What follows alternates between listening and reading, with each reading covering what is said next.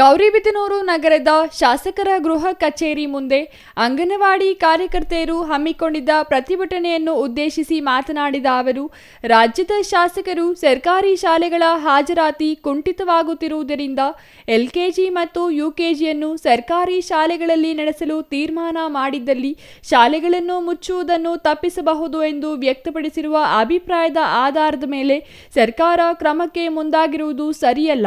ಮೂಲ ಶಿಕ್ಷಣ ಅಂಗನವಾಡಿಯಿಂದಲೇ ಪ್ರಾರಂಭವಾಗಬೇಕೆಂದು ಆಗ್ರಹಿಸಿದ ಅವರು, ಸರ್ಕಾರ ಖಾಸಗಿ ಶಿಕ್ಷಣ ಸಂಸ್ಥೆಗಳಿಗೆ ಪರವಾನಗಿ ನೀಡುವ ಮೂಲಕ ಸರ್ಕಾರಿ ಶಾಲೆಗಳ ಹಾಜರಾತಿ ಕಡಿಮೆಯಾಗುತ್ತಿದೆ.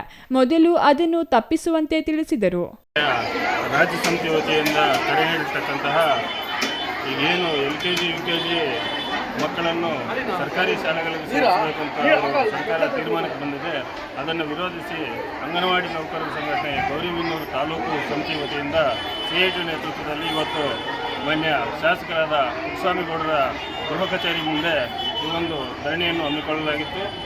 ಈ ಅಂಗನವಾಡಿ ನೌಕರರ ಪ್ರಮುಖ ಬೇಡಿಕೆ ಏನೆಂದರೆ, ಈಗ LKG ಮತ್ತು UKGಯನ್ನು ಅಂಗನವಾಡಿಯಲ್ಲೇ ಪ್ರಾರಂಭಿಸಿ ಅಂಗನವಾಡಿಗೆ ಜೀವ ತುಂಬಿ ಅಂಗನವಾಡಿ ಕೇಂದ್ರಗಳನ್ನು ಮತ್ತಷ್ಟು ಬಲಪಡಿಸಬೇಕೆನ್ನುವುದು ಈ ಒಂದು ಸಾಂಕೇತಿಕವಾದ ಹೋರಾಟ ಇದಾಗಿದೆ. ಒಂದು ವೇಳೆ ಸೋಮವಾರದಿಂದ ಈಗ ನಡೀತಿರ್ತಕ್ಕಂತಹ ಬಜೆಟ್ ಅಧಿವೇಶನದಲ್ಲಿ ಇದರ ಬಗ್ಗೆ ಒಂದು ನಿರ್ದಿಷ್ಟವಾದ ಸರ್ಕಾರ ತೀರ್ಮಾನ ತಗೊಳ್ಳಿಲ್ಲ ಅಂದರೆ ಇದೇ CIT ನೇತೃತ್ವದ ಅಂಗನವಾಡಿ ನೌಕರರೆಲ್ಲರೂ ರಾಜ್ಯ ಮಟ್ಟದಲ್ಲಿ 23ನೇ ತಾರೀಕಿನಿಂದ ಅನಿರ್ದಿಷ್ಟಾವಧಿ ಧರಣಿಯನ್ನು ಹಮ್ಮಿಕೊಳ್ಳಲಾಗುತ್ತೆ. CITU ಸಂಘಟನೆಯ ಪ್ರಧಾನ ಕಾರ್ಯದರ್ಶಿ ಬಾಬು ರೆಡ್ಡಿ ಮಾತನಾಡಿ, ಸರ್ಕಾರದ ದ್ವಂದ್ವ ನಿರ್ಧಾರದಿಂದ ಅಂಗನವಾಡಿ ಶಾಲೆ ಅಭಿವೃದ್ಧಿ ಪಡಿಸುವ ಹಾಗೂ ಮಕ್ಕಳ ಮೂಲ ಶೈಕ್ಷಣಿಕ ಅಭಿವೃದ್ಧಿ ಹಿತದೃಷ್ಟಿಯಿಂದ LKG ಮತ್ತು UKGಯನ್ನು ಅಂಗನವಾಡಿ ಕೇಂದ್ರಗಳಲ್ಲಿಯೇ ನಡೆಸಬೇಕು.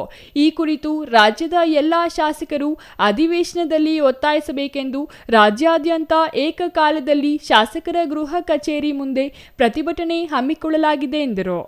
ಅಂಗನವಾಡಿ ನೌಕರರ ವಿವಿಧ ಬೇಡಿಕೆಗಳ ಮನವಿ ಪತ್ರವನ್ನು ಶಾಸಕರ ಆಪ್ತ ಕಾರ್ಯದರ್ಶಿ ಮಂಜುನಾಥಾಚಾರಿ ಶಾಸಕರ ಪರವಾಗಿ ಸ್ವೀಕರಿಸಿದರು.